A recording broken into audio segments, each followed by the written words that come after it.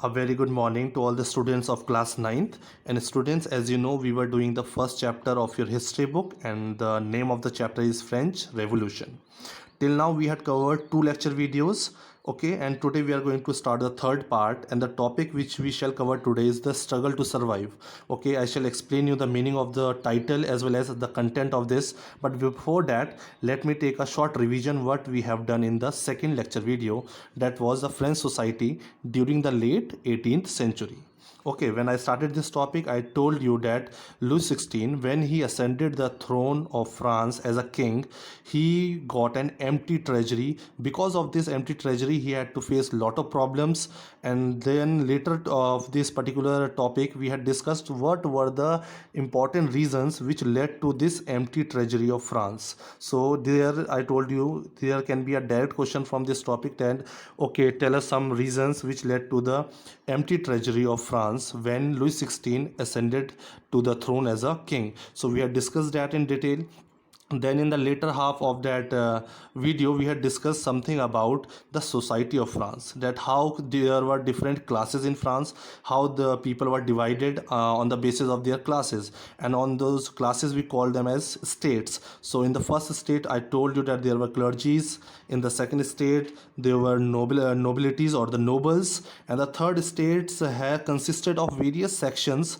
Okay, in these sections we had big businessmen, merchants, court officials, lawyers, and also other section was peasants and artisans, and one more smaller peasants and landless laborers and servants. So there were some sections within the third state. So this was the division of the society when we talk about the late 18th century, or we talk about the old regime of the French society. So all that we had discussed in the last video. So you will have to connect all the videos and you will have to correlate the topics.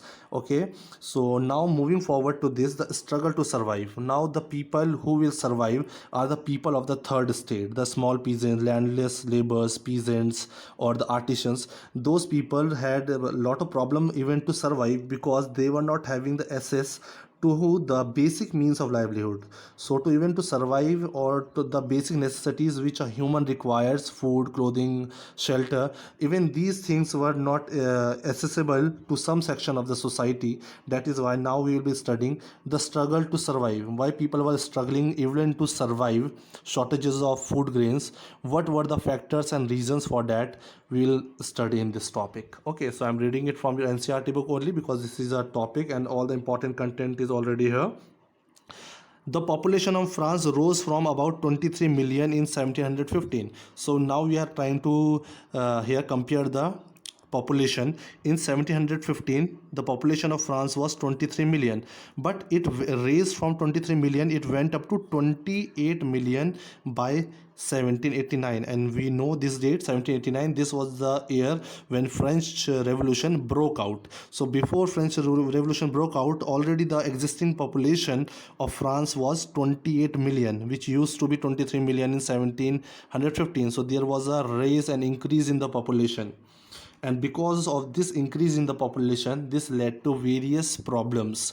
Now what can be the problems because of the increase in the population? We'll see that. And because of this raise in population, we'll see there was a struggle to survive. So if we're talking about this struggle to survive, it means it is directly related to the increase in the population. Okay, so we'll see the differences between the demand and the supply because of the rising population. This led to the rapid increase in the demand for food grains. Of course, if the population increase, more number of people who used to be dependent on those agricultural fields or on the production of the agricultural fields. Now previously only 23 million people were to be served by those agricultural fields, but the number of the fields had remained the same, but the people who were dependent on those agricultural fields have increased to 28 million. So of course there will be a rapid increase in the demand for food grains. Now previously only suppose in our family we can say we are 5 members.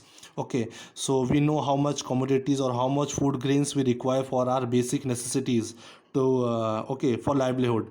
But suddenly if in our family we have 30 or 40 members, so suddenly we will have lot of crisis, we will face problem of shortages of food grains, Okay, in the same way, when the population increased, there was increase in the demand of food grains, but production of grains could not keep pace.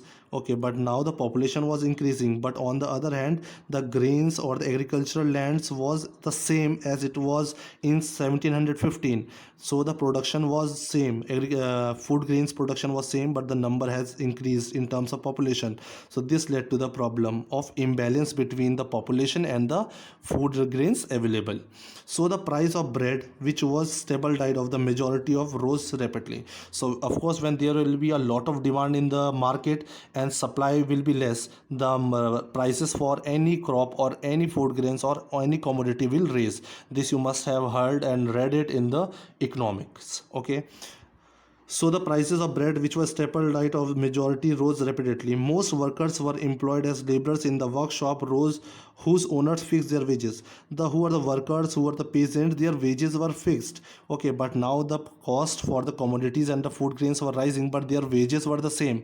It means there was a problem for the laborers, as their wage was now too less to purchase those goods and food grains whose prices were more now, but wages did not keep pace with the rise in the prices, so the gap between the poor and the rich widened. So we can say, because of this struggle to survive and there are a difference between the population and the food grains, this led to a huge gap between the poor and the rich. It means poor were becoming poorer and rich were becoming richer, so this gap was continuously increasing.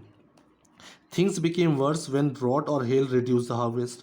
Okay, the things became even more worse when there was a situation of drought or hail. This reduced the harvest. Okay, we were assuming that, okay, we are having this much of agricultural land and we will get these much kgs of production, but in case there was a situation of drought or hail or flood, in that case there was a lot of loss to the production, and because of which more problems were added.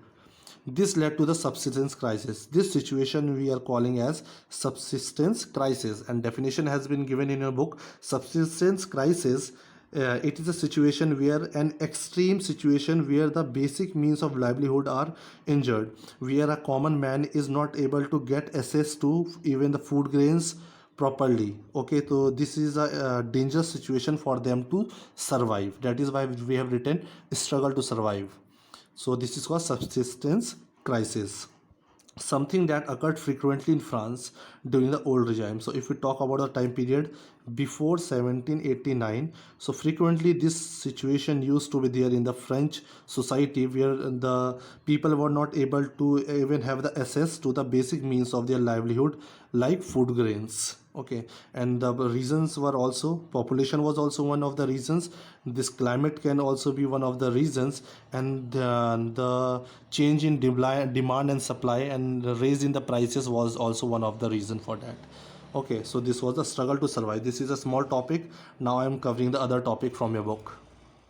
So the next title of your NCRT book is A Growing Middle Class Envisages an End to Privileges. So this is a complicated title, I know, for the student of class 9th.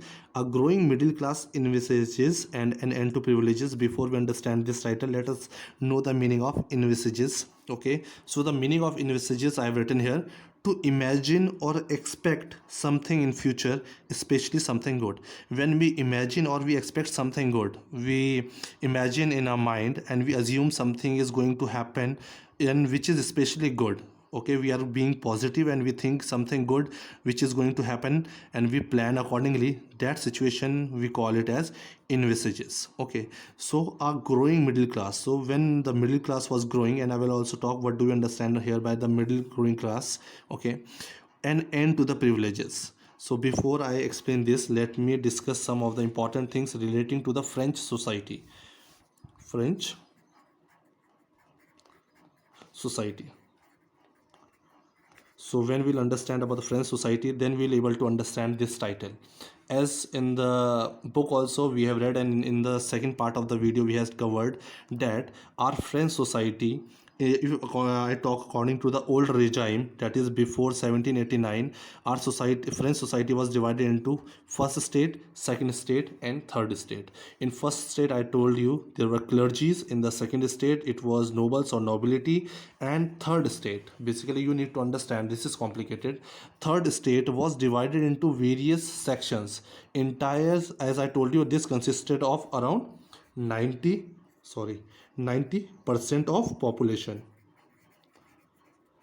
Okay, it consisted of 90% of population. That is why it consisted of various sections. When we talked about third state, we cannot say only small or poor people were the part of third state. So under third state, you always remember there were three sections. One was big businessmen, merchants, court officials, lawyers who were rich. Okay, they were also a part of third state. They were educated. And also other section was peasants and artisans who used to their own work.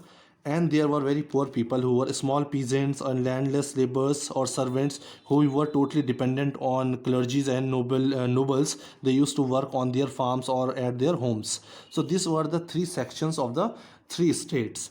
Now let's understand, what do you understand by the title, and you have to keep this division in mind. The growing middle class in wages. Now they are saying now the middle class had started growing, and they wanted to end the privileges which were given to the first state and second state, that is the clergy and nobility, by birth. Various facilities and privileges were given to them by birth.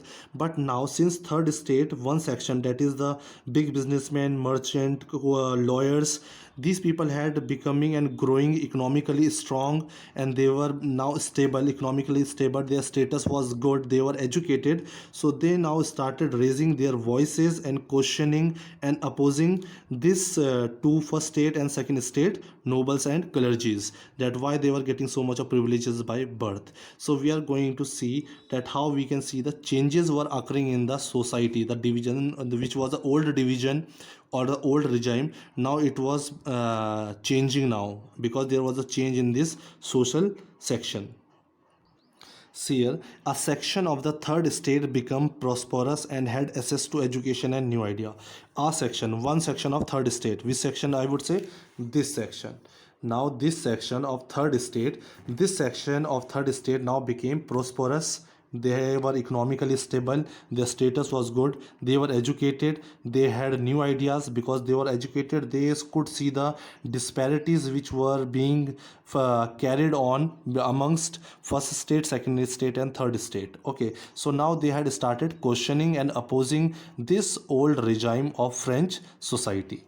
So that is why the topic is the growing middle class. This class had started growing, and this growing class wanted to end the privileges which were given to the first state and second state by birth. That is our topic, is our growing middle classes envisages an end to the privileges.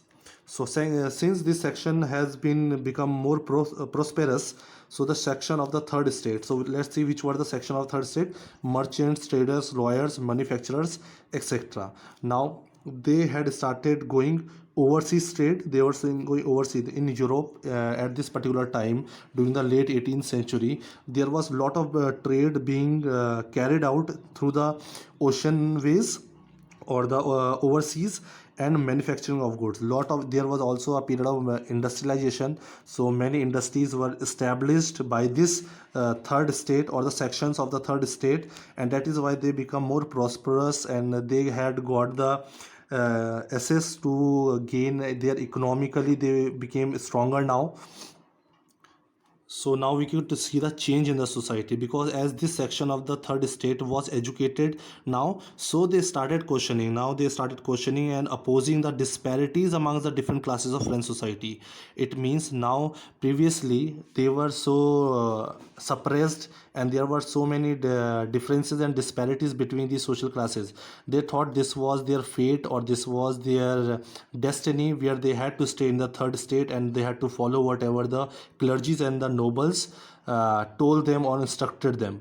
But now when they become educated, they started feeling they had now they could question, and now they believe that no group should be privileged by birth. They now started saying that there should be no group who should be given privileges by the birth. It should be on the basis of the capability and capacity of an individual, not on the basis of the class or on the basis of birth. They also demanded a society based on, now they demanded this third state and this particular section, which was now economically stable and growing. They now demanded that society should be based on freedom and equal laws. It means these political phenomena were being raised here. They knew about freedom and equal laws here, and equal opportunities also. And all these ideas were inspired by the philosophers. So this section of the third state, they were now educated, but also they were getting these ideas in mind, and these phenomena of importance of freedom and equality or justice. These ideas, they were inspired by the philosophers. So in there can be a question that what is the role of the philosophers in the French Revolution. So these philosophers have a very good and a very important role when we talk about the French Revolution, because they gained, because of these philosophers, people became more aware about their rights, and they knew that how the society should have equal opportunities for each and everyone. There should not be disparities on the basis of the birth or the classes.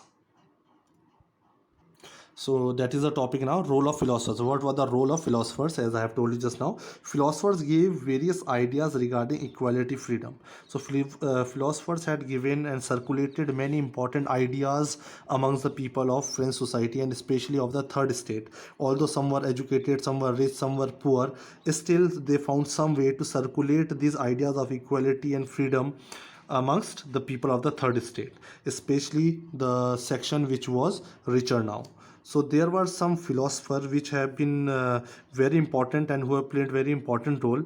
There are three important philosophers. We have discussed something about them and the ideas and ideologies they had put forward. So the first one is John Locke. You can hear John Locke is the first one. He had written a book, Two Treatises of Government. Okay, through his book, this writing, Two Treatises of Government, what he had told the society that refute the doctrine of divine and absolute right. He refute means he refused. John Locke refused in his book the doctrine of divine, because in the older times, in the older regime in the France society, people had faith that the king was like a god, and they prayed. They had always looked up to him. They did everything according to the king. The powers were centralized with the king, so whatever the king said or decided, everything was followed by the people as the orders of the god.